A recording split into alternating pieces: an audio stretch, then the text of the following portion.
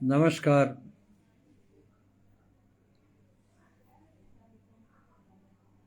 जय मिथिला, जय मैथिली, जय माँ जानकी, जय बाबा विश्वनाथ, जय मिथिला मिलाप।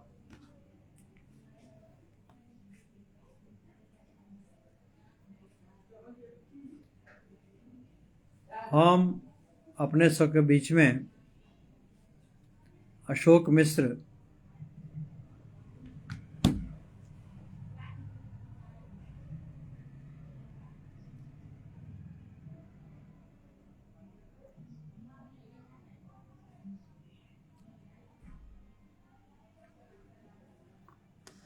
हम अपने लोगन के बीच में अशोक मिश्र पुनः हाजिर छी। आई हमरा संगे अपन मिथिला के एकटा बहुत पैघ हस्ती श्री मुकेश आनंद जी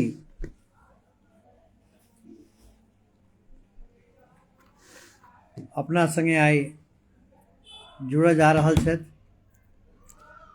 मिथिला मैथिली पर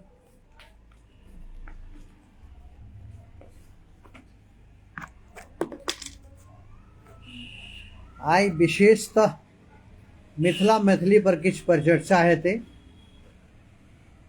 और यथाशीघ्र जतेक जल्दी हमर पाहुन मुकेश आनंद जी आबि जेता हम उनका बजा लेबनि। एकटा माँ जगदम्बा के गीत के बाद हमर सबके कार्यक्रम स्टार्ट भ जायत। बहुत शॉर्ट पीरियड के लेल छी हम सब, 1 घंटा के लेल बात तऽ बहुत करबाक अइ, तऽ भऽ सकैया जे ई कार्यक्रम अगर पूरा नहीं भऽ पेलै तऽ बृहस्पति दिन हम फेर से हुनका आग्रह करबनि जे एक बेर आर 1 घंटा आबि कऽ पूरा बात करी। देखियौ बात कतऽ तक जाइ छै। तऽ आइ अपने सब मिथिला मैथिली पर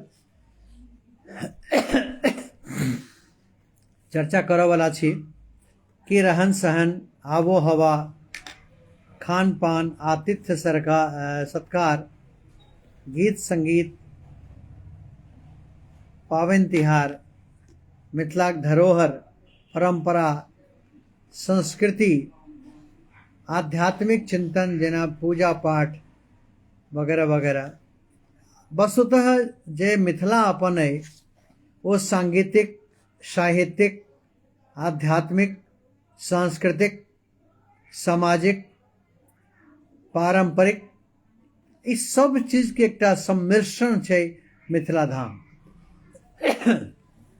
समय के बदलैत परिवेश में बहुत किछु एहन भेलै जे पलायन बाद एहिमे घुसि गेलै।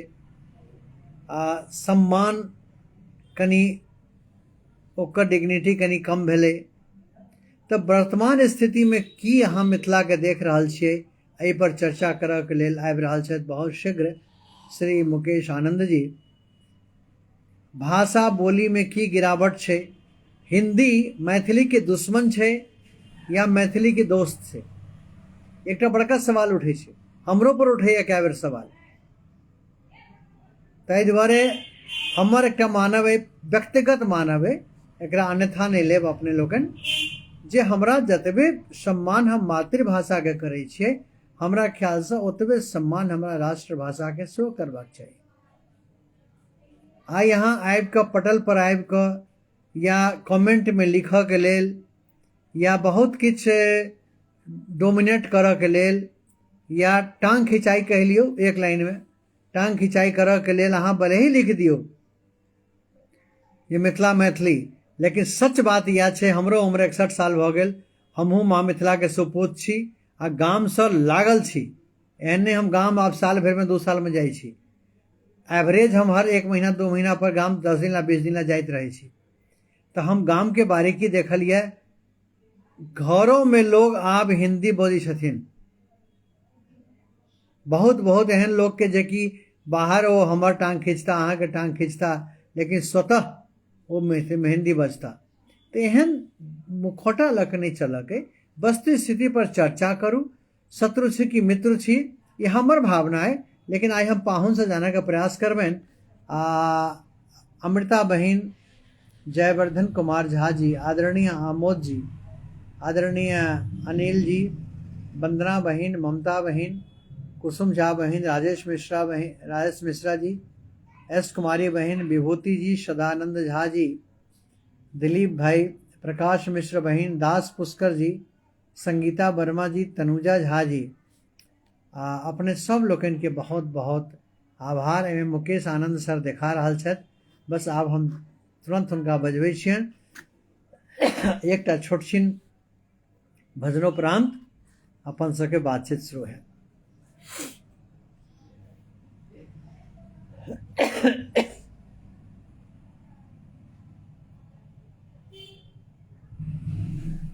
हम अपन गेस्ट, अपन पाहुन के, अपन मेहमान के हम इनविटेशन भेजलियन है, बहुत जल्दी आबे वाला छथि। हो अबै छथि तकर बाद कार्यक्रम के अपने लोग के शुरुआत कर।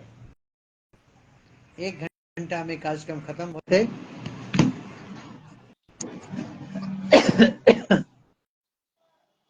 आदरणीय नमस्कार। नमस्कार नमस्कार। कनी अपन फेस के ऊपर क लेल जाओ। हाँ नीचा अब यार। कनिक आर संभव है, कनिक आर। हाँ हाँ जी, बहुत बढ़िया, बहुत बढ़िया, बहुत धन्यवाद बढ़िया। धन्यवाद। आर आई निश्चित रूप से अपने के चमकत ललाट से आई बहुत ज्यादा प्रकाश मनित है हमू सब आदमी। तो सबसे पहले तो मिथिला मिलाप समूह पर अपने के सहर्ष स्वागत है, अभिनंदन करैत छी। और धन्यवाद। हम हमरा समेत जतेक एकर टीम के मेंबर छथि सब गोटे अहाँ के देखऽ के लेल और सुनऽ के लेल व्याकुल छथि।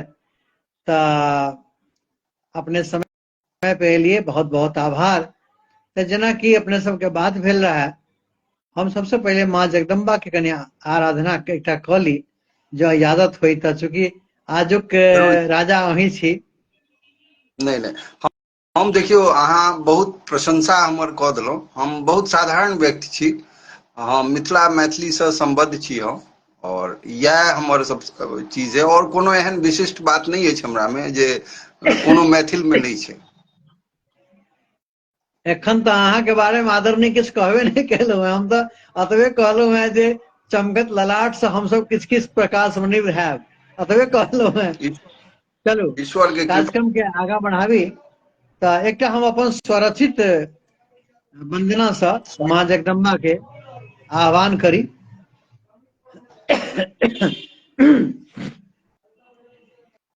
माहे माहे करब श्रृंगार हम भरी मन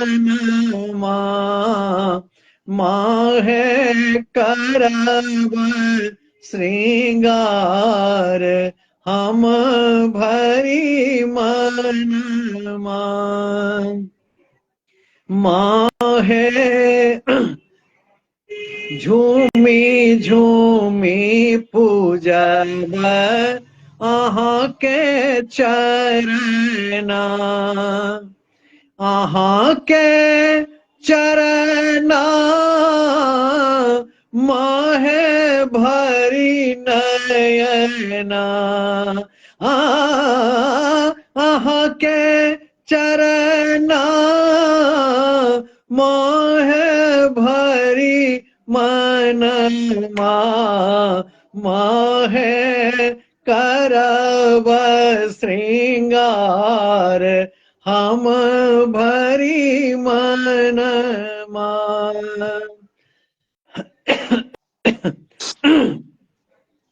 लाले लाले आसनी माँ, लाले बिंदी चूड़ी, लाले अरुल से नूर चानन चुनरी, नाची नाची गायब आहाँ के भजना माँ है करबा गुहार, माँ सुनु करुणा, माँ है करब श्रृंगार, हम बरी मन माँ। छै तऽ गीत लंबा, लेकिन माँ के हम देखियो की कहै छियै लास्ट में। स्वागत स्वागत। व्यर्थ ही अपन जीवन गमेलो, जप तप ध्यान किछु नहीं केलो। आब माँ से एकटा सवाल पूछे छियै ना, बहुत सौम्य सवाल। की माँ, की माँ काटत हमारा जीवन हीना सुंदर। है, कि माँ काटत जीवन हीना, माँ है आयल अशोक खोलू नयना, माँ है करब श्रृंगार, हम भरी मन माँ, माँ है आयल आनंद, माँ खोलू नयना, खोलू नयना, माँ है खोलू नयना। निर्झर बहैया हमर नयना, माहे सुनिया कनिको हमर करुणा। बहुत सुंदर, बहुत सुंदर। अहाँ के गायन, अहाँ के गीत सब बहुत उत्कृष्ट अछि। और हम तो इहो कहब कि भगवती के अहाँ पर कृपा तो अछि आ जे माँ सरस्वती के साक्षात कृपा अछि। जी, ई आभास हमरो कखनो को होई है कि उनका कृपा के बिना तो हम एक शब्द नहीं लिख पाइतो। ठीक बात। तो आदरणीय अपने न्याय प्रणाली से सेहो जुड़ल छियै, मिथिला मैथिली से बहुत ज्यादा अपने के लगाव है। आ जेना कि हम अपने के पढ़ै छलहुँ हैं डिटेल्स, ओहिमे जे छलैया ओहिमे ओकर चर्चा कनी एक रत्ती कऽ ली, फेर अपने के हम आगा कार्यक्रम के बढ़बै छी। ओहिमे दर्शक बता दी अपने के हमरा सामने में श्री आदरणीय मुकेश आनंद जी छथि।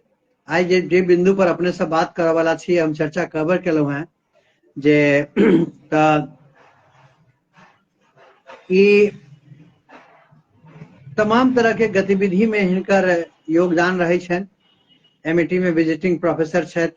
तमाम तरह के बहुत किछु हिनके जुबानी अगर सुनब तऽ नीक लागत, क्या तो हम फिर कहबनि तऽ कहता सर हम बड़ाई के फूल बनै छियै। तो जे इनका इच्छा करें ओतबे हिनका से सुनू। आज सर संक्षिप्त में अपने दू लाइन किछु दर्शक के अपना बारे में कह दियौन, फिर टॉपिक पर अबै छी अपने सब। हम दिल्ली में एडवोकेट छी, प्रैक्टिस करै छी और दिल्ली के विभिन्न सुप्रीम कोर्ट से लऽ कऽ विभिन्न न्यायालय में वकालत करै छी हम। और हिंदी और मैथिली में लिखै छी, अंग्रेजी में सेहो किताब अइ लेकिन मुख्यतः हिंदी आ मैथिलीए में लिखै छी। मैथिली में एकटा पोथी प्रकाशित भेलै हरियाणा करीपन, तो काफी ओकर मतलब लोग के नीक रिएक्शन रहल भगवती के कृपा से। बाकी मिथिला मैथिली के जेना सब स्वयंसेवक होइ छै तऽ हमहूँ सब एकटा स्वयंसेवक छी।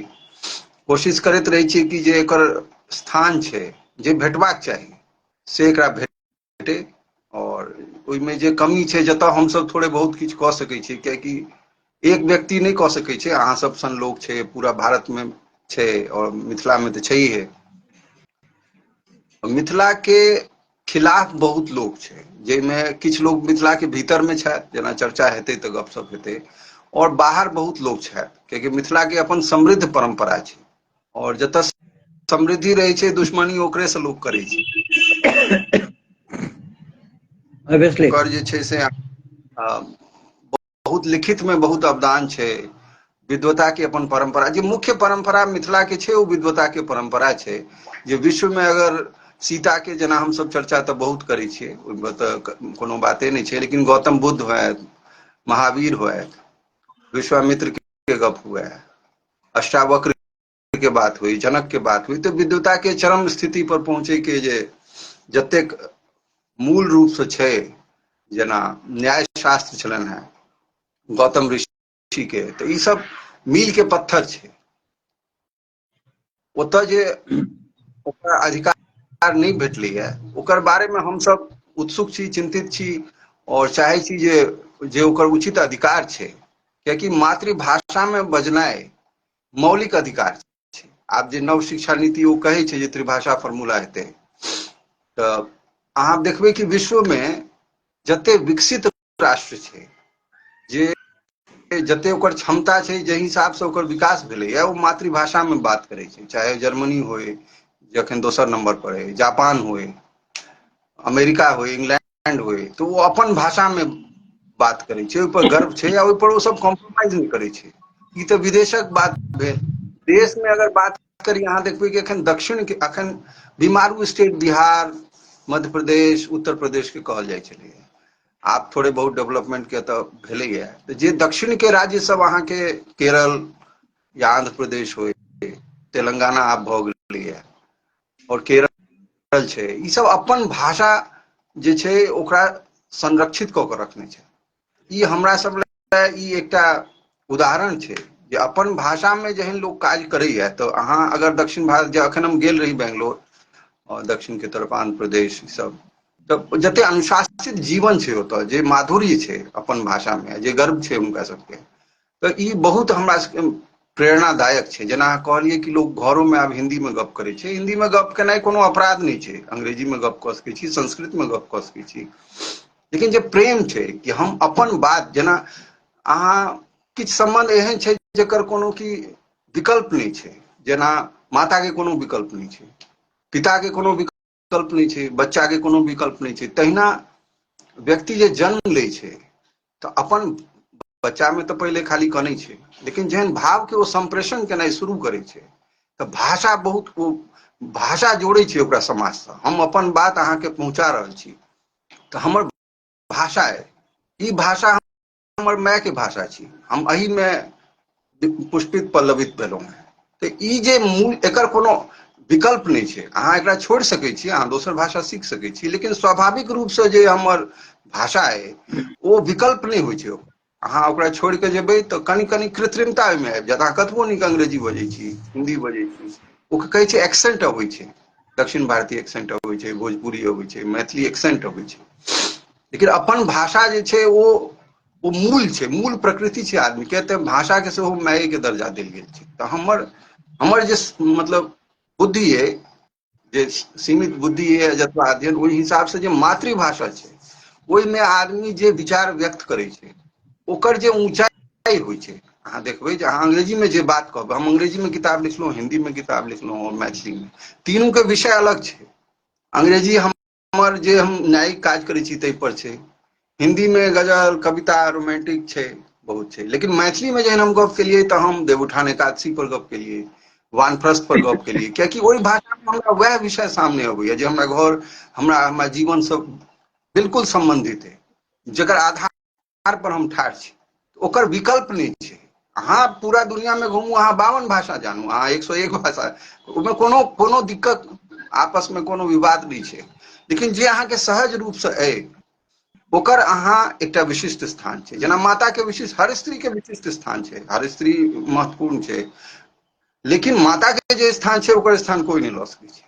तहिना हर भाषा महत्वपूर्ण छै, ओकरा ओहिमे आगू बढ़ू, नीक नीक काज करू, हिन्दी में लिखू, उत्कृष्ट लेखन करू, लेकिन मातृभाषा अहाँके मातृभाषा रहत। ओहिमे जे अवदान अहाँ कऽ सकै छी अपन सीमित समय, सीमित चीज में, ओ करब, ये हमर कनी फेस आदरणीय कनी आर ऊपर कर ली, फिर नीचा भ गया, फेस नहीं दिखा रहा है अपने के। अच्छा। कनी ऊपर कर लिया। हाँ और शायद नेट के साथ से प्रॉब्लम है कि स्टैटिक हो जाए छे। अच्छा अच्छा, आप दिखाई। हाँ अब आबि रहल है। तो बहुत नीक अपने कहलिए जे जेना बंगाली चल जाओ या मराठी में चल जाओ, हम बॉम्बे वगैरह कए बेर गेल छी तो ओतऽ माने लोकल लैंग्वेज हावी छे, और जे मातृभाषा कहलिए माय के भाषा, ओकर सम्मान बहुत देखऽ के भेटै छै। अपनो तऽ छै, हम इनकार नहीं कर सकै छियै, लेकिन जे एकटा विकृतता आबि रहल छै, आर जे एकटा कटाक्ष के रूप में लोग कहै छथिन, जेना हमहूँ कएटा कटाक्ष सुनै छी, हम अपने बात कहै छी अहाँके, हम दोसर के नहीं कहै छियै। हमरो के आदमी कटाक्ष करे छे जे अहाँ जे छै से कखनो के हिंदी किया बाजि दै छियै लाइव में। लेकिन हमर जे दर्शक छै, हमर फिलॉसफी पहले सुनि लेल जाओ, तखन अहाँ के हम बात गहराई से सुनब। हम उनका यह कहै छियनि जे हमरा नजर में सम्मान दुनू के बराबर है, जतबे मातृभाषा के ओतबे राष्ट्रभाषा के। चूंकि हम राष्ट्रभाषा से वर्जित नहीं छी, ओहिमे हमर दैनिक जीवन कार्यक्रम चलैत रहैया, ओहिसँ हम परे नहीं छी। सम्मान हमरा मातृभाषा के लेल पराकाष्ठा पर है, ई बात निर्विवाद छै, और आ ता उम्र रहते। लेकिन एकर मतलब ई कथमे पे नहीं छै जे हम हिंदी नहीं बाजी। हमर मिथिला मिलाप जे समूह में अपने आयल छियै, एहिमे तमाम हमर जे शुभचिंतक लोकनि छथि, वो सब नॉन मैथिल सेहो छथि। तऽ हमरा कतहु कतहु कखनो कखनो ओहो स्टेप लेबऽ पड़ैत अछि। दोसर, मिथिला मिलाप के जे डेफिनेशन छै, लोग सोचे छथिन जे शायद मिथिला के छै तैं मिथिला लिख देलखिन है। बात से नहीं छै। ई नाम राखऽ के पीछे पाछा हमरा बड़ा रिसर्च करऽ पड़ल है, जे मिथिला के लोग में अते कैलिबर छै जो मेल मिलाप अपना संगे केना बढ़ावे, ताकि समाज में एकटा एक एक एक की कहे छै एकजुटता अबै, भाईचारा का प्रेम अबै। ताई द्वारे यही जे हमर जे चैनल है, एकरा हम भाई बहिन के समर्पित कर देलिए। ई भाई बहिन के चैनल छै, ए पर कोनो आर संबंध के गुंजाइश नहीं छै। तो ई जे कई तरह के जे बात अबै छै मार्केट में या विचारधारा में, एहि पर अपने की कहऽ चाहबै दू शब्द? देखियो, एहिमे ई जे विवाद अछि, ई नव नहीं छै। हाँ हाँ, हम अपने के बता कि मिथिला मिहिर के मिथिलांक निकलल रहे 19।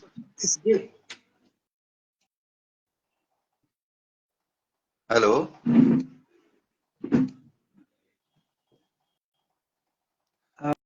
आवाज आबि कटि रहल? गेल। आवाज हाँ आबि रहल रुकि गेल छला आवाज। है? हाँ हम आब आबि रहल है। अहीं ले रुकल छलहुँ हैं। अच्छा, हाँ 1936 में जी मिथिला मिहिर के मिथिला प्रकाशित भेलै, जाहिमे बंगला भाषी श्रीयुत सुनीत कुमार चटर्जी जी अपन विचार रखलनि हैं।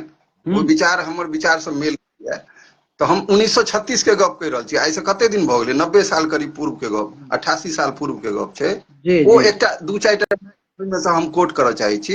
ई भारतीय मंडन छै, ई अनिश्चितकालीन पत्रिका छै, एहिमे वो लिखलनि हैं, साहित्यिक हिंदी तऽ काल्हिक भाषा थिक, एकर प्रधानता तऽ बस गते शताब्दी में भेल अछि। यद्यपि अनेक कारणे आइ यह भाषा भारतक प्रतिनिधि भाषा भऽ गेल अछि, किंतु मैथिली कम से कम छी कतेक वर्ष पुरान, संभवतः ओहूसँ अधिक दिनसँ संचित होइत आयल अछि। मैथिली के हिंदी से कोनो विरोध नहीं छै, क्योंकि मैथिली अपने आप में सक्षम छै, पौराणिक भाषा छै। आब काम काज जखन अहाँ करै छियै बाहर में, जेना अहाँ कहलियै कि बहुत लोग छथि जे मैथिली नहीं बुझै छथिन, ओहिसँ जुड़ल छथि, तऽ हिंदी जरूरी छै। कतहु अंग्रेजियो जरूरी भऽ सकै छै। तऽ एहिमे अहाँके कोई यदि टिप्पणी करै छथि तऽ हुनका हाथ जोड़ कऽ नमस्कार कलियनि, ओ ओहिसँ मैथिली के हित नहीं हेतै। मैथिली के अपन स्थान छै, ओहि स्थान पर ओ गरिमा पूर्वक विराजमान अइ। ओहि गरिमा पूर्वक विराजमान के हमरा सबके स्वीकार करबाक, और हिंदी के जे स्थान छै राष्ट्रभाषा के रूप में, वो अपन स्थान पर छै। ओकर दुनू में कोनो दुश्मनी नहीं छै। जे ई दुश्मनी के वाद विवाद ठाढ़ करै छथि, ओहिसँ मैथिली के बहुत कोनो लाभ नहीं होइ छै। मैथिली के यदि अहाँके विस्तार करबाक अइ, जेना तऽ नीक ओहिमे नीक भाषा साहित्य लिखियौ। जेना पूर्व में अहाँके हम ओहूमे सब आगू कोट करब, जे बहुत सारा रचना छै जे मिथिला में भेलै, न्यायशास्त्र जेना गौतम के छलनि हैं। तऽ अहाँ खाली मैथिली मैथिली केला से मैथिली के विकास नहीं हेतै, या मैथिली के विरोध कऽ कऽ अहाँ मैथिली के नहीं रोकि सकै छियै। हरिमोहन झा, हम विश्व पुस्तक मेला में मैथिली के पोथी घर एकटा स्टॉल लगै छै, बहुत गोटा के नहीं बुझल हेतैन, बहुत गोटा के बुझलो छै। तऽ हमर किताब छलै, हमहूँ ओकर प्रमोशन में जाइ छलहुँ, सब लेखक सब अपन अपन किताब के प्रमोशन में, हमर बहुत किताब बिकायल ओतऽ।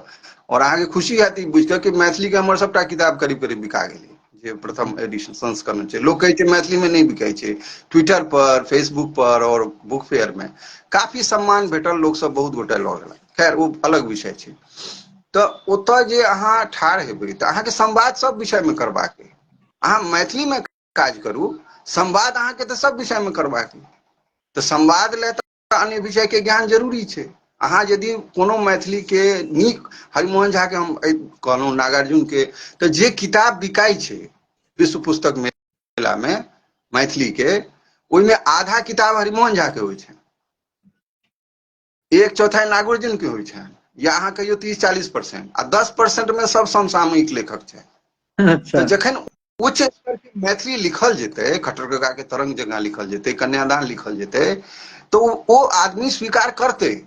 आब हम एकटा और अहाँके उदाहरण देबऽ चाहै छी साहित्य में। चंद्रकांता के नाम सुनने हेबै, बड़ा फेमस छै, हाँ। देवकीनंदन खत्री के, जी जी। अय्यारी के ओहिमे शासक। ओ ओहिपर जेहन सिनेमा सेहो बनल प्रचलित छै। सिनेमा बनल छै, सीरियल बनल छै, मने की नहीं बनल छै।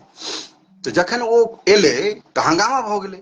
आब सोचियौ कि अखन तऽ टीवी छै, मोबाइल छै, बहुत चीज छै, ओहि समय तऽ इएह पढ़िए कऽ लोक अपन आनंदित होइ हाँ हाँ छलै। हाँ। देवकीनंदन खत्री के बहुत ऑफर एलनि पैसा के, जे अहाँ एकरा दोसर भाषा में अनुवाद करै लए अनुमति दियौ। ओ कहलखिन नहीं, जेकरा पढ़बाक छै चंद्रकांता, ओ हिंदी सीखतै, आ हिंदी सीख कऽ ओ चंद्रकांता के पढ़तै। अच्छा। अब अहाँ सोचियौ कि एकटा लेखक कतेक ओकरा आत्मविश्वास छै कि जे हम लिखने छी ओहिमे एते ताकत छै, और बहुत गोटा हिंदी सिखलकै और चंद्रकांता पढ़लकै। तऽ पोथी में ओ आकर्षण होइ छै। अहाँ कतबो रामायण महाभारत के एना कहि दियौ, ई नहीं छै, ओहिमे आकर्षण छै, ओहि दुआरे जानल जाइ छै भारत। तऽ अहाँ जेहन उच्च स्तर के, अहाँ यदि मिथिला के हित करऽ चाहै छियै, अहाँ कानून पर लिखियौ, अहाँ भाषा पर लिखियौ, अहाँ आइ के जीवन पर लिखियौ, उच्च स्तर के मैथिली में लिखियौ, सब पढ़त अहाँके। खाली मैथिली मैथिली केला से तऽ नहीं हेतै। तऽ जमीन में जाकऽ काज करऽ पड़ै छै। खाली अहाँ हिंदी किया बजै छी, अरे भाई ओकरा जीवन यापन सेहो, अहाँ मैथिल छी, अहाँ एकटा जीवन यापन अहाँके करबाक अइ, अहाँके किछु कर्तव्य अइ। जीवन बहुत कॉम्प्लेक्स छै। ओ एकटा एक लाइन पर नहीं चलै छै कि हम खाली मैथिली बाजब, आब हम किछु बजबे नहीं करब, तखन केना हेतै? तहन तऽ अहाँके जीवन बहुत मुश्किल भऽ जायत। अहिना जे सब करऽ लगै तऽ संवादे खत्म भऽ जेतै। आब जे संवाद के स्थिति छै पूरा विश्व में, अहाँ देखबै फेसबुक पर अनुवाद के ऑप्शन अबै छै, अहाँके हाँ। भाषा में अगर ओ नहीं है तऽ अनुवाद दबबियौ। अहाँके गूगल पर लेंस एकटा ऑप्शन अबै छै, कोनो भाषा से कोनो भाषा में अनुवाद कऽ देत। सवाल ई नहीं छै कि कोन भाषा में अहाँ पढ़ि रहल छी, सवाल ई छै कि अहाँ की पढ़ि रहल छियै। अहाँ विश्व के उच्च स्तर कंटेंट। के कविता पढ़ि रहल छियै, कि अहाँ केकरो ई जातिवाद पर बात कऽ रहल छियै, कि अहाँ ई कऽ रहल छियै कि नहीं मैथिली पढ़लासँ की हेतै, एहिमे तऽ कोनो फ्यूचर नहीं छै। तऽ ई बात नहीं छै। अहाँ उच्च स्तरीय अपन यदि कोनो बात के रखै छियै, ओहि बात में दम छै, जोर से नहीं कहबाक छै, बात में दम वजन रहतै, तऽ ओ प्रेमचंद के अगर साधारणो भाषा हेतै, ओहिमे ईदगाह अगर लिखल जेतै तऽ लोकके आँखि से नोर खसतै। अगर पदावली कोई पढ़तै तऽ ओ आनन्दित हेतै। तऽ ओ चीज अहाँ, मने हमरा सब जे विवाद कऽ रहल छी, ई बजबाक छै, से बेसी महत्वपूर्ण ई छै जे आखिर बजबाक की छै ओहि भाषा में। जे बात बजबाक छै, ओहि बात में दम हेबाक छै। ओहि बात में जखन दम होतै चंद्रकांता जकाँ, तऽ ओ सुनल जेतै, पढ़ल जेतै, हाय हाय केला से नहीं हेतै। हमर ई मतलब विचार अइ। एहिमे कोनो विवाद नहीं छै, विवाद ओकरा ले छै जे फुर्सत में बैसल अइ। अहाँ फुर्सत में बैसल छी, अहाँके कोनो काज नहीं, अहाँ भरि दिन मैथिली में बाजि सकै छी। लेकिन हाँ हाँ। मैथिली एकटा, जेना हम अपन फेसबुक के देखै छियै तऽ ओहिमे डेटा अबै छै, हमसब छोट मोट सीरियल कैप्सूल बनबै छियै, तऽ पाकिस्तान में 10%, फिलीपींस में 15% लोग देखै छै। आ ओ तऽ ई भाषा नहीं बुझैत हेतै, लेकिन बात तो ओतऽ पहुँच रहलै कि मैथिली में ई काज भऽ रहल छै, 10 देश में ओ पहुँच रहल छै। तऽ जखन अहाँ काज करबै जे सुन्दर लगै छै, जेना बहुत अंग्रेजी फिल्म छै जकरा अंग्रेजी हम सब नहीं बुझे छी, लेकिन देखे छी, चार्ली चैपलिन वाला देखे छी, कते सुंदर, टॉम एंड जेरी देखे छियै, वो नीक लगे छै, सिंचैन देखे छियै। भाषा ओते महत्वपूर्ण नहीं छै जते हम सब कह देलियै। भाषा में की कहल जा रहल छै ई महत्वपूर्ण छै। भाषा में यदि मानव के हृदय के छुए के बात हेतै तो ओ भाषा जे छै से अहाँके जीवित रहतै। अखन एकटा भाषा छलै कजाकिस्तान में, नाम बिसरि गेलियै, एकटा हम कॉन्फ्रेंस में गेल छलहुँ तऽ लोक चर्चा केलकै, ओहि भाषा में एकेटा कविता छै। आ ई हमरा सबके भ्रम अइ, हमसब तऽ 7 करोड़ मैथिल छी, हमसब जे कहै छियै 10 लाख के भाषा छै, जीवित छै और समृद्ध छै। ओहि भाषा में एकटा कविता के चलते ओ भाषा के नाम अखन तक लेल जाइ छै। आ ओ कविता एतबे छै कि माय अपन बेटा के कहै छै कि जखन अहाँ छोट छलहुँ हेँ अहाँके की जरूरत होइ छलै से हम बुझि जाइ छलियै, लेकिन जहन अहाँ पैघ भऽ गेलहुँ तऽ अहाँ बहुत बजै छी, लेकिन अहाँ की कहै छियै से हम नहि बुझै छी। वाह, ग्रेट। तऽ एकटा रचना जे छै ओ पूरा भाषा मिट गेलै, सब किछु मिट गेलै, लेकिन ओकर नाम के जीवित एहि भाषा में हमरा लग सब लगता एते विशाल भंडार अइ। तऽ भाषा पर कोनो संकट, अहाँ नहीं बजबै अगर मैथिली तऽ भाषा पर संकट नहीं एतै, ई संकट अहाँ पर अइ, कियाकि अहाँ मैथिल छी, अहाँके ई पहचान अइ। अहाँ ओकरा ई नहीं कहि सकै छी जे हमर माय बाप नहीं अइ, अहाँ कखनो कहि सकै, डिनाइ नहीं कऽ सकै छी, नीक रहै बेजाय रहै जे छै से छै, हमर काज छी हमर माय बाप के सेवा करनाइ, उचित तऽ सएह छै, न्याय इएह कहै छै, न्यायो कहै छै, ओकर प्रोविजन छै कि अहाँके माय बाप अगर अक्षम छै तऽ अहाँके सेवा करऽ पड़त। तहिना मैथिली अगर छै अहाँके मातृभाषा तऽ ओ अछि, ओ अछि, ओकर वएह स्थान दियौ, बाकी सबके स्थान दियौ, सबके सम्मान करियौ, काज बूत करू, अपन एक्सेलेंस कमाउ दुनिया में, पूरा मिथिला अहाँके संग रहत, बल्कि सम्मान भेटत अहाँके। तऽ एहिसँ यह सार तत्व निकलल कि जी खाली हल्ला गुल्ला केला से नहीं हेतै, मेन छै अपन कंटेंट के क्वालिटी बढ़ाओ। आ जखन अहाँ कंटेंट के क्वालिटी बढ़ेबै जो स्वाभाविक छै वो चंद्रकांता बनतै, वो जे ईदगाह बनतै आ लोग पढ़तै, लोग उनका सुनथिन गुणथिन आर ओहि पर अट्रैक्शन हेतै, ये निश्चित छै। अच्छा सर, एकटा अपने जे कहलियै अगर छोट छिन एग्जाम्पल, हम स्वयं सेहो छी, हम देखलियै जी हालांकि कते शुद्ध लिखै छी अशुद्ध लिखै छी हमरा नहीं पता, तऽ लेकिन जे किछु हम लिखै छी अपना शौक से लिखै छी, कनि मनि लिखैत रहै छी। तऽ हम देखलियै जे हम अगर कोनो कंटेंट लिखै छियै, छोटे टा कनिको लिखलहुँ 10 लाइन के 5 लाइन के, तऽ लोग ओकरा पढ़ि कऽ ओहिपर रिमार्को दै छथिन, हम देखलियै। अगर कोनो तेहन चीज अगर भेलै तखन तऽ ई बात बिल्कुल सही कहलियै, ओकरा हम टैली कऽ रहल छियै। बहुत लोग के बहुत देखै छियनि जे बहुत तरह के ओहिपर रिमार्क अबै छै, बहुत अबै छै, तऽ किया नहि होतै। जेना एखने उदाहरण के तौर पर बताबी अपने के, जे आइये एकटा हम पोस्ट केने छलियै भोर में, हमरा अनायास बैसल बैसल ध्यान आयल कनी स्वच्छता पर आर नशा मुक्ति पर कनी जागृत कयल जाय समाज के। तऽ हमर आवाज जा रहल है?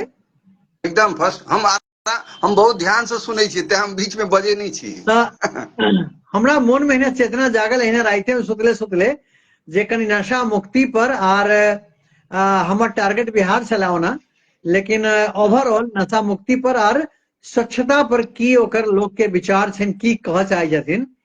तऽ हम एकटा बड़ा डिप्लोमेटिक लाइन लिखलियै जे एहि पर अहाँ सब जे छै से हिंदी में कैटेगरिकली लिखलियै, हिंदी में अहाँ सब छोट छिन एकटा 2 लाइन के लिखू किछु। आर स्लोगन हमरा जेना लग नारा एखन होइ तक जे छै कम से कम नहीं किछु तऽ टोटल काउंट करबै तऽ 70-80 टा कमेंट हमरा आबि चुकल, से ई खाली लाइक नहीं, टिक लगा के लाइक नहीं, वो लिखलखिन है लोग ओहि पर। दूटा हमरो अइ ओहिमे भेट गेल।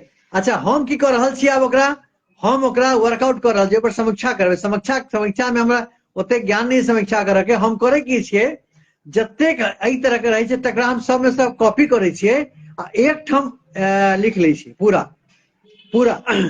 आब लिख कऽ जखन 2-4 दिन देख लेबै आब शान्त हो जेतै, लोग आब एहि पर जवाब नहीं देथिन, तकर बाद की करबै एकरा एके बेर हम सबटा, केओ कनि कौमा या शुद्धि अशुद्धि जे हमरा अपना बुद्धि विवेक रहत ओकरा सही से पैराग्राफ वाइज कऽ कऽ आ फिर तेरा तुझको अर्पण क्या लागे, अहाँ के नाम लिखल रहत आगा में, ओ हमर नाम नहीं लिखल रहत, ओहिमे लिखल रहतै आगा में श्री मुकेश आनंद जी।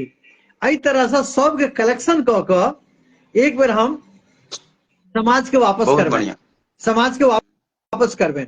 आब देखियौ एक पाछा हमर की सोच है, what is the basic thoughts of before दिस ई छै जे हम मान लिए जे एक बार लिख दीजिए तो लोग अपन पढ़ के लाइक बहुत अच्छा गुड वेरी गुड यह सब चलते रहते ठीक ना वही पर क्यों अपन अपन स्व विवेक के चर्चा नहीं करते थे मोस्टली 98% खाली लाइक या बहुत अच्छा या इमोजी या ताली या सब आबते और की लेकिन हमरा भेल जे सकै अहाँ छी के अंदर से हमरा उकेरा के करी तो वो केना निकलते वो निकलते समाज में एक नया दिशा जेते नया दशा बनते तो अहाँ के जुबानी अहाँ के अंतरात्मा के चीज हम निकाला के प्रयास करो ये टाइम टू टाइम एकदम सही एक बार लिखने रहिए जे आपके लिए जीवन में संगीत का क्या महत्व है वहू पर बहुत एले लेकिन तकर बाद किछ हम अस्वस्थ भ गेल 2-3 महीना के लेल हम ओकर समीक्षा नहीं कऽ पेलिए लेकिन आइ काल्हि के लिए अहाँ देखबै 2-4 दिन के बाद अहाँ के जायत अहाँ लग भेटत तो एहि तरह के जो हमर एक्टिविटीज रहैया आर एकरा जोड़ऽ के लेल लोग के अंतरात्मा के चीज के जोड़ऽ के लेल एही से हम जोड़े छी अपना सबके साहित्य के जे साहित्य में के नाम पर आइ जे देखे छियै हम कनी हमरा कखनो के बेबाक कहा जाइए एकरा अन्यथा नहीं लेब जे देखे छियै जे 20 गोटे 25 गोटे 50 गोटे के एकटा दस्ता बन गेलै ओही में 5 गोटे के बजा के पाग गोटा एकटा कागज के सर्टिफिकेट आ रत्न तऽ आइ काल्हि बहुत आसान भऽ गेलै पहिले सुनै छलियै समुद्र में भेटै छलैया रत्न लेकिन आब वो बहुत रत्न जे छै से हमरा देखऽ में भेट जाइ छथि अनमोल रत्न तऽ ई रत्न तऽ ओ रत्न के एकटा कागज बनि गेलै दऽ देलियनि पाग दऽ कऽ लेकिन जखन सामाजिक व्यवस्था के बात अबै छै जखन साहित्यिक चर्चा के बात अबै छै जखन कोनो स्टेज पर नंग नाच होइ छै दुर्गा पूजा में या कोनो अथी चीज में ओहि काल में हम हुनके देखै छियनि ताली बजबैत हुनका आगा आबि कऽ समाज के लेल कनी काज नहीं करत देखै छियनि तऽ बड़ा मन में क्षोभ होइया हमरा एहि पर दो शब्द अपने के चाहिए नहीं एकदम ठीक है अहाँ के जे देखियो जे पुरस्कार छै या सम्मान छै वो काज पर भेटबाक चाहिए अगर अहाँ जे 20 गोटा बना लै छथि या केकरो दऽ दै छथिन ई तऽ जेना किटी पार्टी होइ छै जेना लोग क्लब में जाइए तऽ आपस में पैसा जमा केलक आ बांटि लेलक या कोनो पैघ लोग छै तऽ ओ अपन पैसा बेसी दऽ देलकै सब पार्टी केलक एहि पर जे छै हमरा लगैया ई सब मैथिल के अहाँ अब दुश्मन तऽ नहीं कहि सकै छियै लेकिन ई मैथिल में एकटा भ्रष्टाचार भऽ गेलै आ ई मैथिलेटा में नहीं छै ई हिंदियो में छै सब भाषा में छै तऽ कियाकि हमसब देखे हम हिंदियो में बहुत रहल छी एतऽ पंजाबी सेहो काफी सोसाइटी सब छै बंगाली ई सब में छै करीब करीब तऽ हमरा सबके ओहि पर बहुत ध्यान नहीं देबाक कियाकि ओ गौण भऽ जेता कोनो मिथिला रत्न अहाँ देखबै अखन साहित्य अकादमी एकटा कार्यक्रम आयोजित भेलैया ओहिमे 3टा अन्य बोली अनरिकॉग्नाइज के समय मैथिली के दऽ देलकै आ मैथिली तऽ भाषा छै साहित्य संविधान सम्मत छै तऽ ओकर विरोध हेबाक चाही और बिल्कुल मतलब एक छलखिन वरिष्ठ ओकर विरोध केलखिन लेकिन अहाँ कोनो मिथिला रत्न कोनो चीज के ई नहीं देखबै जे ओकर विरोध करथिन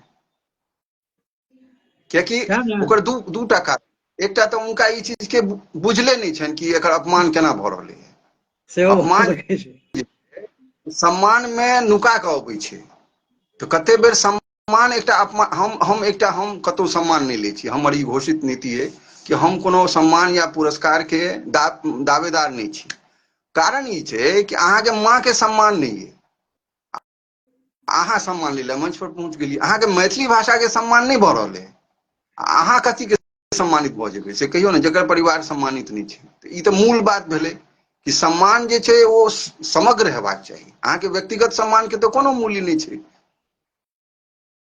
तऽ आब बेसी ठाम अहाँ देखबै कि विद्यापति सेवा में नाच भऽ रहल छै गाना भऽ रहल छै तऽ खैर हमसब ओकरा नजरअंदाज करै छी हम बार बार एही चीज पर कहि रहल छी जे सम्मान तखन भेलै जखन सम्मान दै वाला सम्मान करै लए मजबूर भऽ जाय नंबर 1 अगर गणितीय हिसाब से देखबै अहाँ तऽ लाइफ कोच छी सम्मान हम अहाँ के की दऽ सकै छी अशोक मिश्र के मुकेश आनंद की दऽ सकै छै जे हमरा लगे छै मानि लिअ हमरा लग पाइ अइ तऽ हम अहाँके पाइ दऽ देब हमरा लग अगर सम्मान अपने नहीं है हम लुचा लफंगा छी तऽ हम अहाँके यदि सम्मान दैये देब तऽ ओहि सम्मान के मूल्य की छै हम यदि प्रसन्न छी तऽ हम अपन प्रसन्नता अहाँके दऽ सकै छी गुरु अगर सक्षम छै तऽ ओ ज्ञान दऽ सकै छै शिष्य के अगर संस्था एते पैघ छै, हम नाम नहीं लेबऽ चाहे छी, एहन एहन संस्था सब छै जे साहित्यिक संस्था छै, ओकर जे अध्यक्ष हेतै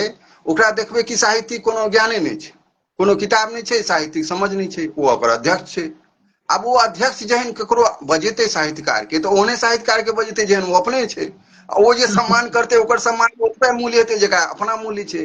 तऽ अहाँ देखबै कि जे अध्यक्ष होइ छै वो अपने पहले मुख्य अतिथि छै अपन कार्यक्रम में, पहले ओकरे सम्मान होइ छै।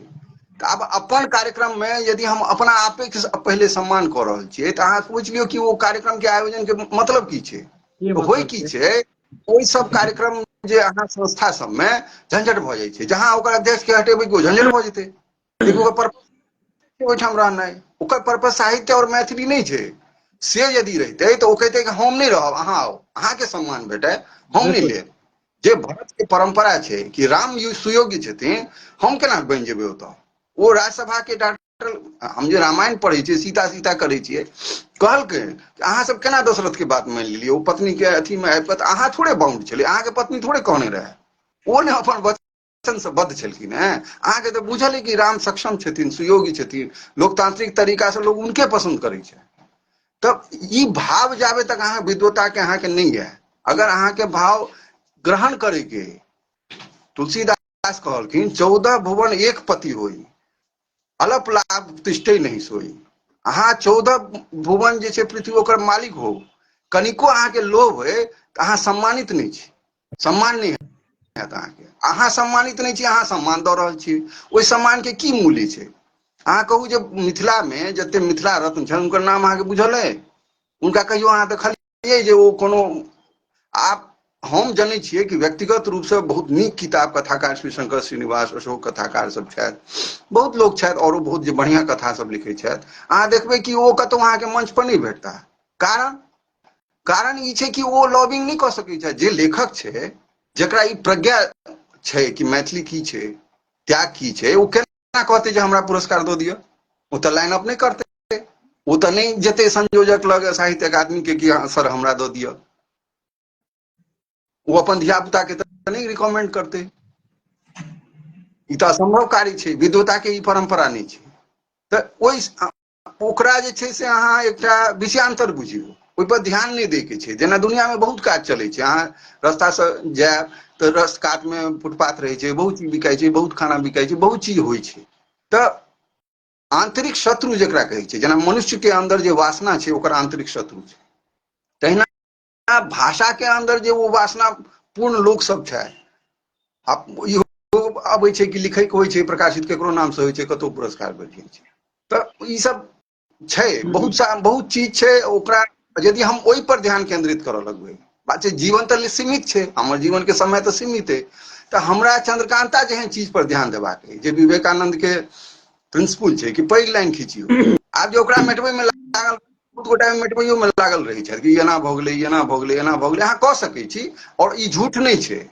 लेकिन ई समय जे हम ओहिमे दऽ रहल छियै, ओहिमे हम एकटा स्तरीय रचना से कऽ सकी।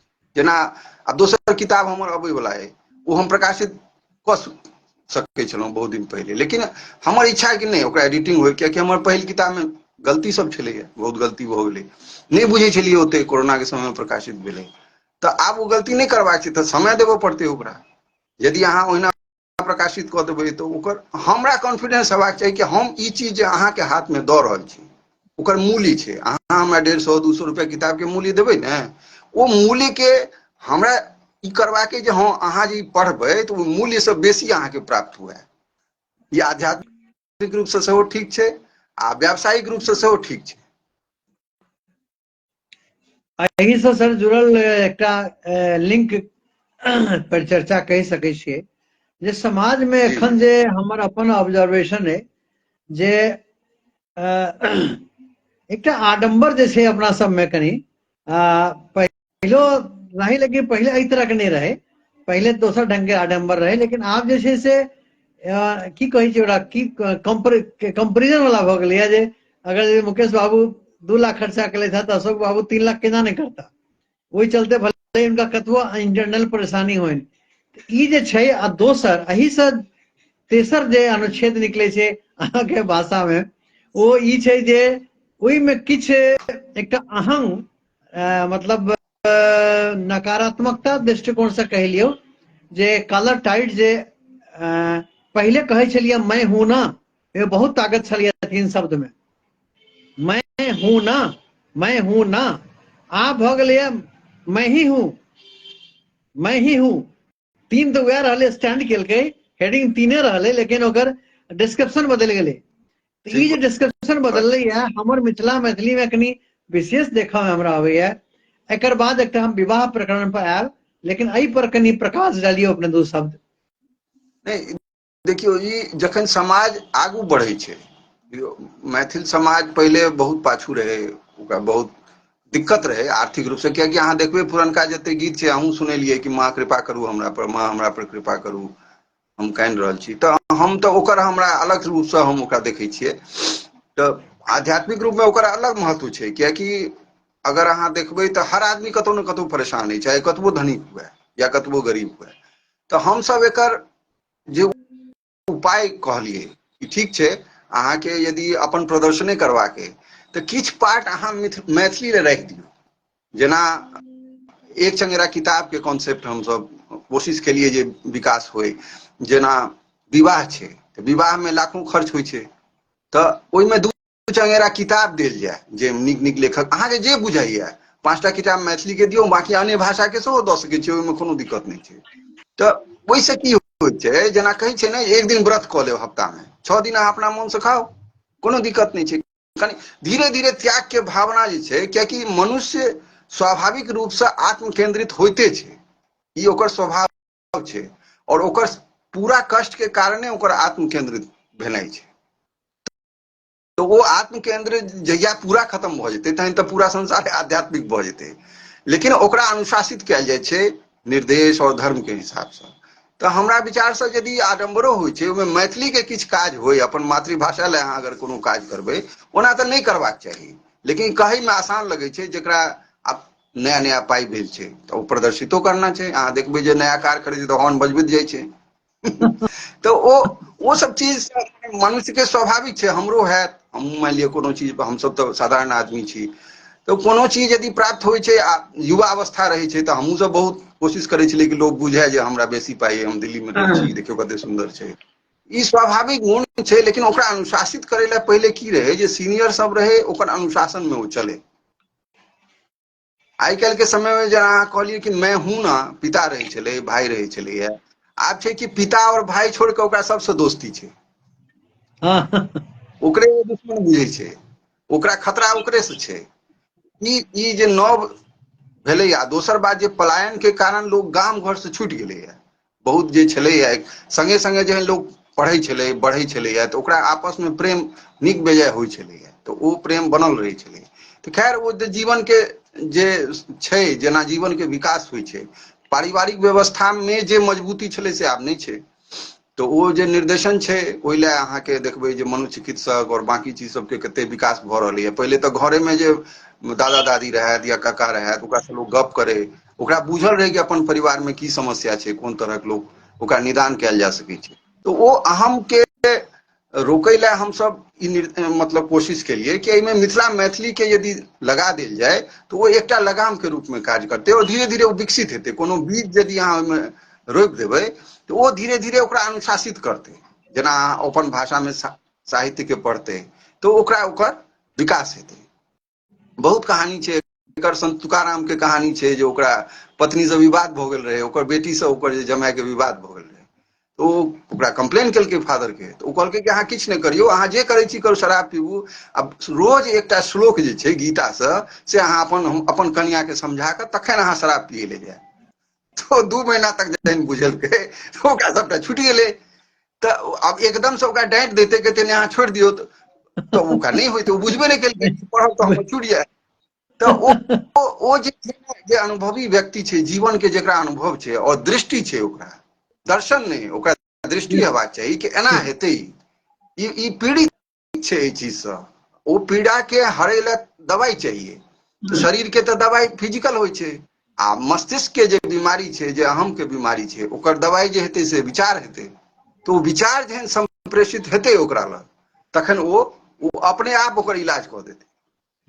बहुत बढ़िया सूत्र निकलल एहिमे से जे जँ केओ ओतऽ देखतो छियै हम तऽ ओहिमे हम एहि चीजके लेल प्रेरित करिए या हमर दर्शक जे सुनै छथि हुनको लेल ई संवाद छनि आनंद जी के तरफ से जे आब अहाँ बहुत चीज रोकऽ जेबै या जे एकरा शराब वाली बात कहलखिन तऽ ओकरा बड़ा कटुता लगतै, लेकिन अगर एकटा श्लोक पढ़ऽ राजो कहि देबै तऽ कनि ओकरा बुझेबो नहि करतै, धीरे धीरे सनैह सनैह ओ रूटीन में आबि जेतै। तहिना जब मिथिला में कतौ विवाह होइ छै तो किछु खर्च वो मिथिला के डेवलपमेंट पर करथुन, चाहे वो किताब के माध्यम से हो, लेखनी के माध्यम, साहित्य के माध्यम से, संगीत के अलग अलग चीज छै, बहुत विधा छै, ताकि लागे हाँ ताकि पेंटिंग के साड़िए खरीद लिया। हाँ ऐसा करो है, बहुत विधा छै, अहाँ मिथिला पेंटिंगे बांटि दियौ, किछु करू, लेकिन कहऽ के मतलब ई छै जे अहाँ ओहिमे एहि चीज के लऽ के चलू तऽ ई एकटा नया एकटा क्रिएटिव वर्क हेतै, एकटा सृजनात्मक काज हेतै। आ सृजनात्मक उदाहरण काज बतबै छी। जखने हेतै, जखने सृजनात्मक काज हेतै तऽ सकारात्मकता अन्दर में प्रवेश करत। बिल्कुल एखन एकटा वर्ड शब्द आयल छलै अपने मुँह से, पलायन शब्द, तऽ पलायन शब्द तऽ छैहे, ओकर सेल्फ डिफाइंड छै पलायन, लेकिन एहि पलायन के एकटा बड़ा पैघ पहलू छै जे ओकरा आइ के वस्तु स्थिति के देखैत, ई 25-30 साल में बहुत ज्यादा पलायनवादी भेलैया, तऽ एहि के वस्तुस्थिति के देखैत एकरा हम सकारात्मक दृष्टिकोण के भारी बुझियौ अपना आप में कि नकारात्मकता के हावी होवऽ दियौ। ई सकारात्मके छै, एकर जड़ में जे रहल हुए अंततः मैथिली ला ई सकारात्मक भेलै, केना? मैथिली में जे एकटा सामाजिक ताना बाना छलैया ओहिमे बहुत नीक चीज छै, संगे संग एकटा जड़ता छलैया कि हमर साहित्य अइ, और जे समाज आगू बढ़ि गेल छै। अहाँ देखबै कि मैथिल में जे मोस्टली अहाँके रचना होइ छै तऽ सीता विवाह, शिव विवाह, और मने अन्य अन्य तरह के चीज जे पौराणिक महत्व के हमर सबके चीज है, आची हरिमोहन झा, बाहर गेला से एकटा नया आयाम भेटलै, जे संवाद होइ छै, दोसर दोसर भाषा से संवाद होइ छै, जेना हिन्दी से भेलै, पंजाबी से भेलै, तो सकारात्मक ई भेलै जे ओकर आयाम बहुत विस्तृत भऽ गेलै। दिक्कत तऽ भेलै ओकरा, जमीन से उखड़ि गेलै, लेकिन जमीन से बाहर गेला के बाद ओकर जे मैथिली एकटा क्षेत्र में संकुचित छलैया, अहाँ देखबै हैदराबाद में विद्यापति समारोह होइ छै, तमिलनाडुओ में होइ छै, दिल्ली में तऽ बहुते होइ छै, कलकत्ता में होइते छलैया, तऽ छोट छोट शहर सबमें कार्यक्रम मैथिली के हुअ लगलै, आ ओ कोनो ने कोनो माध्यम से संरक्षित ओतऽ रहैत रहलै, कियाकि सभ्यता के संरक्षण ले धन के सेहो जरूरत होइ छै।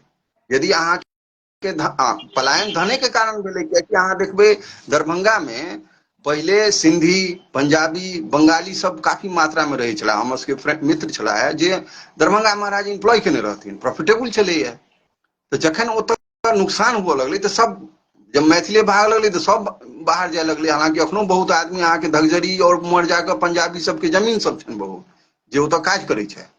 तऽ अहिना आब जखन ओतऽ स्थिति कनि दयनीय हुअ लगलै, आर्थिक रूप से हुअ लगलै, तकर बाद राजनीतिक कारण छलैया लालू यादव के समय में, हालांकि कहल जाइ छै कि पिछड़ा वर्ग के ओ आवाज बनलखिन, बहुत बनलखिन, लेकिन आर्थिक रूप से और शैक्षणिक रूप से बिहार जे छै से बहुत पाछू चलि गेलै।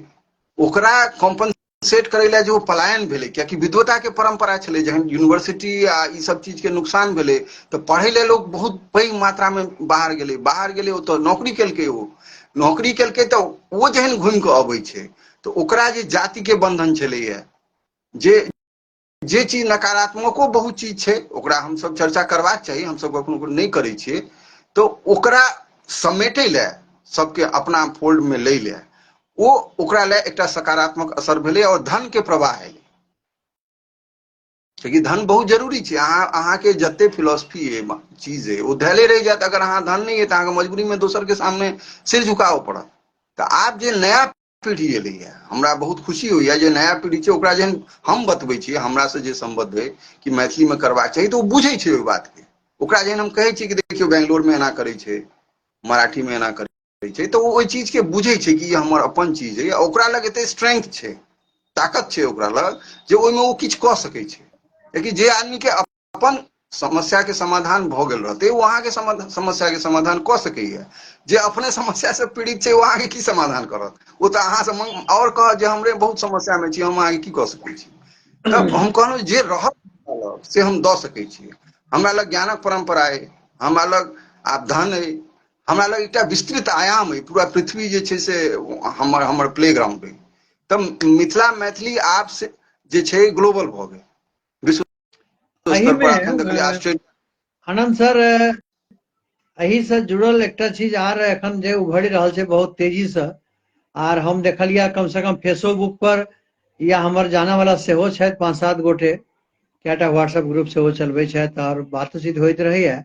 एकटा ब्राह्मणवादी सोच जे छै, मिथिला मैथिली तऽ अलग चीज छै, वो तऽ चलू सब आदमी मैथिल छी, ओहिमे एकटा अंतरराष्ट्रीय ब्राह्मण तऽ ब्राह्मण समाज तऽ परशुराम ब्राह्मण की ब्राह्मण कोन ब्राह्मण, मतलब एकटा अलग अलग अलग अलग क ई ब्राह्मण ब्राह्मणत्व के मतलब हमरा जे ओहिमे देखाइया, हम बड़ा बेबाक से कहै छी, हालांकि लाइव कतौ केओ देख सकै छथि, लेकिन हमरा जे ओहिमे देखाइया जे मिथिला मैथिली के लऽ कऽ जे ब्राह्मणत्व अंदर से छै रहैया, ब्राह्मणत्व नॉट ब्राह्मण, ब्राह्मणत्व भाव, वो तो हमरा गौण बुझाइया।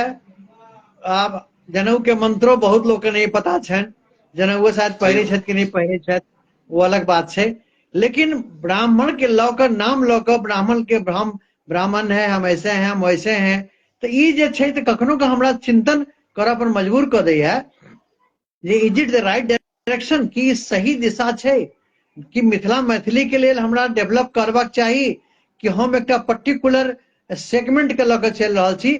ऑफ कोर्स हम ब्राह्मण छी, ऑफ कोर्स हम हमरा में ब्राह्मणत्व कनि मनि बचल अइ, हालांकि आबो हवा के लगे कनि भऽ जाइ छै, कनि फर्क पड़ै छै, हम इनकार नहीं कऽ सकै छी, हम दूध के धुलल नहीं छी, हम स्पष्ट वक्ता छी, जे हम अहाँके कहि देब जे नहीं बाप रे बाप हम तऽ चोटी बान्हि के घुमैत रहै छी, ओ सब नहीं छै, लेकिन let us be very practical, लेकिन एखनो ब्राह्मण तो सोच कनि मनि अइ, लेकिन एकर मतलब ई कथमेप नहीं छै जे मिथिला मैथिली पर ओ हावी भऽ जाय, एक एहि पर अपने के कोनो चिंतन अइ? नहीं, बहुत एहि पर हमर देखियौ ई बहुत गंभीर चिंतन है एहि पर हमर, और हम चाहब जे कनि ध्यान से अहाँ सुनियौ, कियाकि जे ब्राह्मण शब्द छै ने ओकरा हमसब जाति से संबद्ध कऽ कऽ सबसे पहिले तऽ नाश कऽ देलियै। ब्राह्मण शब्द के जे मतलब छलैया वो मतलब ई छलै कि जेकरा एकटा स्तर से वो ऊपर हुए, हाँ जेकरा द्विज कहै छै। द्विज के मतलब होइ छै कि एकटा तामसी अहाँके शरीर ईश्वर से देल गेल अइ, अहाँके दोसर जन्म होइया तऽ अहाँ द्विज होइ छी, अहाँ विद्वान होइ छी, मीन्स अहाँके जे तामसी जे अहाँके गुण अइ शरीर के ओकरा अहाँ त्याग कऽ देलियै, ई मूल जे ओकर जे विचार छलै से छै। आब ओ भऽ गेलै जाति, आब ई बड़ा विचित्र स्थिति भऽ गेलै, कियाकि पहिले ई छलैया जे ब्राह्मणत्व जे छलै चीज आ ब्राह्मण भेनाइ अलग चीज छै। दोसर, ब्राह्मण के मतलब खाली पूजा पाठ भऽ गेलै, तऽ ब्राह्मण के मतलब पूजा पाठ नहीं छलैया। अहाँ यदि दरभंगा महाराज के हिस्ट्री पढ़बै या ककरो पढ़बै तऽ ओ जे देल गेलै बड़का लड़का के जे ऋषि मुनि रहै महेश ठाकुर, तऽ ओ कहलखिन जे मतलब हमरा नहीं चाहिए, हमरा ई सब नहीं चाहिए, हम ई सब झंझट में नहीं फंसऽ चाहै छी। तऽ ब्राह्मणत्व ई रहै जे राज के पैर से ठोकर मारि सकै छलैया। तऽ वो जे ब्राह्मणत्व के ऊंचाई छलै, जे शब्द के ऊंचाई छै, वो ई नहीं छै जे हम ब्राह्मण छी। आब अहाँ एकटा सिंपल हम क्वेश्चन पूछै छी, अहाँके बच्चा स्कूल से आबे, छोट बच्चा पहिला क्लास में पढ़ैया, आ वो यदि अहाँके ई कहे जे हम बड इंटेलिजेंट छी, तऽ अहाँके केहन लागत? अहाँ की कहबै? की कहबै? बच्चा एना नहीं बजै छै, ई गलत बात छै, ई तऽ अहाँके अहंकार, अहाँ आगू केना सिखबै? हाँ आब अहाँ जखन ई बात कहै छियै कि हम ब्राह्मण छी, एकर मतलब भेलै जे हम मानव के उच्चतम स्तर के छू लेने छी। हाँ नीक तऽ तखन हेतै कोई और कहे जे अशोक जी ब्राह्मण छै, हम केना कहबै? हम करेक्ट। कहबै तऽ ओ भऽ गेलै, ओ बच्चा जेना पहिला क्लास के कहि रहल छै कि हम सबसे इंटेलिजेंट छी। अहाँ की छी? अहाँ तऽ किछु नहीं छी। ई जखने अहाँ कहलियै अहाँके ब्राह्मणत्व खत्म भऽ गेल। खत्म भऽ गेल। अहाँके ब्राह्मणत्व अछि नहि, ब्राह्मणत्व तऽ मतलब ओकर ओकर वाणी कहतै, ओकर विचार कहतै कि ई ब्राह्मण छै, इएह ठीक कहि रहल छै, ई जे कहतै ओ यथार्थ छै। जखन ओकर वाणी में एतबा तेज हेतै कि ओ देख सकै छै कि हाँ ई ठीक छै, ई गलत छै, तऽ लोक कहतै कि नहीं ई जे कहि रहल है एकर वाणी में यथार्थ छै। तो ओ ब्राह्मणत्व भेलै। आब ओ ब्राह्मणत्व गौण कऽ देलै। आब ब्राह्मण के भेलै जे टीका लगबैया, जे चोटी रखै। अहाँ कहलियै ने जे मंत्र पढ़ै छै ओ ब्राह्मण नहीं छै। ओहो ब्राह्मण छै, ओ भऽ सकै छै ब्राह्मण, लेकिन ब्राह्मण एहनो व्यक्ति भऽ सकै छै जेकरा कोनो आडम्बर नहीं छै। अहाँ कहै छी ने मंत्र बिल्कुल। पढ़ै छियै तऽ मंत्र, गायत्री मंत्र में अहाँ की कहै छियै? अहाँ 108 बेर गायत्री मंत्र पढ़ै छियै। गायत्री मंत्र के मतलब होइ छै फॉर्मूला। मंत्र इज फॉर्मूला। फॉर्मूला ई कहै छै कि अहाँके ध्यान करबाक चाही, ध्यान पूर्वक जीवन जीबाक चाही। अहाँ ओहि मंत्रों के बिना ध्यान पूर्वक पढ़ै छियै। अहाँके एक बेर मंत्र पढ़नाइ पर्याप्त छै। अहाँ बुझि गेलियै कि जीवन के ध्यान पूर्वक पढ़ब। अहाँ बार बार किया पढ़ि रहल छियै ओकरा? एकर मतलब छै अहाँ मैकेनिक, यांत्रिक भऽ गेल छी। जहाँ यंत्र में नहीं होइ छै तुरंत एकटा ब्रेड हाँ हाँ। निकललै, दूटा निकललै, एकटा निकललै। तऽ ब्राह्मण के चेतना जागृत हेबाक चाही। ओ देख सकै छै कि एखन की भऽ रहल छै, के विरोधी छै, के पक्ष में छै, के ठीक कऽ रहल छै, के गलत रास्ता पर छै। अगर ई शक्ति ओकरा में नहीं छै आ वो क्लेम कऽ रहल छै कि हम ब्राह्मण छी, तऽ जाति से ब्राह्मण स्वीकार भऽ सकै छै, लेकिन ब्राह्मणत्व नहीं छै ओहिमे। आब जखन जाति भऽ गेलै तऽ जाति तऽ सब जाति छै, कोनो जाति होय, तखन अहाँ आब ओ शब्द के लोग उपयोग नहीं करै छै, जेना ओहिपर बहुत विवाद होइ छै, शूद्र छै। तऽ शूद्र के जे परिभाषा ई छलैया कि जेकरा ओहि मूल तत्व चेतना जकर जागृत नहीं छै ओ शूद्र छै, आ जकर चेतना जागृत छै ओ ब्राह्मण छै। तऽ भाव चेतना छलैया, जागृत जखने भाव छलै। नहीं, शब्द के हम दुनू शब्द के नष्ट कऽ देलियै। ने ब्राह्मण ब्राह्मण छै, ने शूद्र। शूद्र में अहाँ बहुत आदमी देखबै जेकरा तथाकथित शूद्र कहै छियै हाँ हमसब, हाँ हाँ। ओ बहुत चेतना ओकर जागृत छै। ओ जनै छै, ओ बहुत पढ़ने छै, ओ कहि सकैए अहाँके, लेकिन लोक बात नहीं मानै छै। ओकर ओकर तेज छै, ओकरा अहाँ इग्नोर नहीं कऽ सकै छी। तऽ ई जे मतलब विसंगति आबि गेलै समाज में कि जे ब्राह्मण छै ओ ब्राह्मण नहीं छै, लेकिन मानल जा रहल छै कि ब्राह्मण छै। जे नहीं मानल जा रहल छै ओकरा ब्राह्मणत्व के तत्व छै ओहिमे। अब मान लिअ कबीर में ब्राह्मणत्व के तत्व छलैया, कते दिन अहाँ रोकबै? ओ तऽ एबे करतै, सामने एतै। गोरखनाथ में ब्राह्मणत्व के तत्व छलै, ओ अन्य जाति से छलै। बुद्ध में ब्राह्मणत्व के तत्व छलै, परम तत्व छलैया। जे बुद्ध के प्रथम शिष्य ब्राह्मण, उनकर गुरु जे रहथिन वएह उनकर प्रथम शिष्य रहथिन, और अंतिम शिष्य ओकर ब्राह्मण। तो ब्राह्मणत्व एकटा बहुत अलग कॉन्सेप्ट छै। ओहि पर यदि विचार करबै तहन तऽ ओ फर्स्ट क्लास के बच्चा के ओ बात याद राखऽ पड़त। कोई और कहतै जे ई ब्राह्मण छै, वो अपने छाती ठोकि कऽ हरदम कहै कि हम परशुराम के शिष्य, हम एना कऽ देबै। अरे परशुराम छी अहाँ, फरसा चलेबै अहाँ उल्ट विसंगति के गप करै छी, अहाँ तऽ युद्ध के गप कऽ रहल छी। अहाँके चेतना कहबा एतबा अहाँके रहै जे अहाँ लग अबिते देरी लोग नतमस्तक भऽ जाय, कही नहीं हम सेफ हैंड में छी, एतऽ हमरा गलत गाइडेंस। एतऽ तऽ लगै छै कि ब्राह्मण लग जायब तऽ ठेक लेत, बिल्कुल सही। गलत रास्ता पर रहलै। तऽ ई यदि भाव एतै तऽ ब्राह्मणत्व के लेस नहीं छै ओतऽ। तऽ हमर ई विचार है, मतलब हमर एनालिसिस है, चूंकि अहाँ पुछलहुँ हैं। ओना ई बात बजनाइ आइ काल्हि जे छै से पॉलिटिकली करेक्ट नहीं छै। ई अहाँ कहबै तऽ लोग उत्तेजित भऽ जाइ छै, अरे अहाँ केना कहि रहल छी ई बात, पर ई हाँ सत्य हाँ। छै, एकरा अहाँ इग्नोर नहीं कऽ सकै छी। जाबे तक एहि तत्व के अहाँके प्रधानता नहीं रहत, ओकरा कहै छै अहाँ सिंह जकाँ निर्भीक नहीं भऽ सकै छी, ओ डरल रहतै। अहाँ जे तत्व अहाँ में नहीं अइ ओकरा अहाँ क्लेम करबै तऽ अहाँके दुविधा रहत, आ जे तत्व अहाँ में अइ ओकरा क्लेम करे के जरूरते नहीं छै। जेकरा लग पाइ छै ओ थोड़े कहै छै हमरा पाइ अइ, देखियौ हमरा पाइ छै। वो तऽ जेकरा स्टेबल कम छै, नहीं कनि रहै भऽ छै गेलै। ना, वो हाँ, स्टेबल नहीं रहते, वो स्टेबल नहीं रहते। जे अध्ययन करके छलकत जाए आगा आगा बढ़ते, वो स्टेबल नहीं रहते, वो तो तूफान आते गायब भऽ जेतै। वो तैं हम कहलहुँ ओ प्रश्न के उत्तर अहाँ स्वयं देबै कि हम यदि क्लेम करियै कि हम ब्राह्मण छी, ई बात एहि बात के प्रमाणित करै छै कि हम नहीं छी। नहीं, बहुत यदि हम बढ़िया कहि अपने से बात का तऽ बहुत ई सूत्र बात भेटल। आर अहाँके ज्ञान नहीं है। हाँ। हेलो। हाँ हाँ, आवाज आबि रहल है। हाँ, तऽ आब चलैत चलैत 8:05 भऽ गेल। जी जी, एकटा एकटा चर्चा छोट छिन आर लऽ लै छी। किया तऽ एक्चुअली जरूर, की छै जे आइ एकटा सांस्कृतिक कार्यक्रम सेहो होइ छै मिथिला मिलाप पर। कोनो बात तऽ नहीं। आजुक दिन हमर रहैया पूरा प्रोग्राम 3 घंटा के सांस्कृतिक कार्यक्रम के लाइव, जाहिमे सब बहुत भाई नीक, बहिन मेल मिलाप चर्चा बातचीत सब होइत रहै छै ओहिमे। बहुत लेकिन सुंदर। आइ चूंकि अपने सबके प्रोग्राम तय छलै, तऽ हम की हम्म, केलियै 1 घंटा अपने संगे राखि कऽ हम दऽ देलियनि दोसर बहिन के जे अहाँ करब 8 बजे से। तऽ चलैत चलैत एकटा आर बात करबाक छल जे अपना सबमे एखन जे छै से कन्यादान वरदान में जे छै से सेहो कनि काफी हम ओहिके बहुत अंदर नहीं जा चाहब आ नेहा एखन अंदर से रिप्लाइयो लेब अहाँ से हम ई एकटा दोसर सेशन में बात करब अपने सब एखन खाली एकटा ऊपरे ऊपर कनि सुपरफिशियल आंसर चाही आंसर मतलब it's not the question please don't mind ई एकटा चर्चा छै जे विवाह के जे छै ओहिमे बहुत पहलू आबि गेलै है एक तऽ विवाह में देरी वाला पहलू अलग छै ओकर बहुत एकटा वैलिड रीजनो छै वैलिड रीजन सेहो छै ओ हम ओकरा जहन स्टडी करै छियै किया तऽ as good as life mentor के संगे संगे I am also a thinker तऽ कनि ठीक। सोचैत रहै छियै आ कतेक कऽ पबै छियै ओ तऽ ईश्वर भगवती जनथिन लेकिन एकटा सात्विक चिंतन करबाक एकटा इच्छा रहैया विषय पर जी तऽ देखै छियै जे आइ के जे एजुकेशन लेवल छै या ई सब छै ओहिमे कनि देर तऽ भऽ जाइ छै लेकिन ओहिमे जे विकृतता आबि गेलैया जे मनमानी मनमानियों के आर अनुच्छेद एकटा मतलब विवाह में एकटा अनुच्छेद घुसले देरी दोसर अनुच्छेद घुस गेलै मनमानी आ तेसरो अनुच्छेद एकटा घुसि गेलै ओहिमे अंतरजातीय छै ने तऽ ई जी जे डिटोरिएशन एकरा हम डिटोरिएशन कहबै या हम एकरा स्वीकार कऽ लिअ आँखि मुनि कऽ देखियौ सबसँ पहिले की मतलब जखन हम आवाज कोनो कटि रहल है चीज के आवाज कटि आवाज बोलैया हाँ आवाज कटि रहल है कटि रहल छै आवाज फोटो स्टिल हो गेलै